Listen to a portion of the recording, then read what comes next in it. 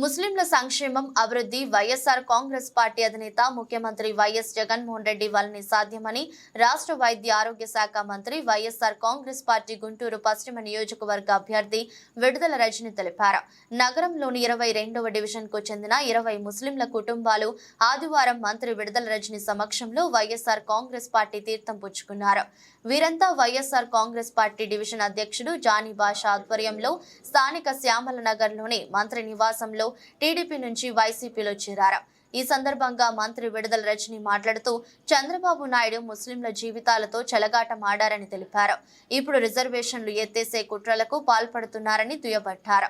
కార్యక్రమంలో డివిజన్ కు చెందిన వైఎస్ఆర్ కాంగ్రెస్ పార్టీ నాయకులు టెంట్ హౌస్ కాసిం, షేక్ షావుల్ హమీద్, షేక్ మస్తాన్ వలీ, షేక్ రఫీ, మేకల మాధవ్ యాదవ్, షేక్ బుజ్జి తదితరులు పాల్గొన్నారు.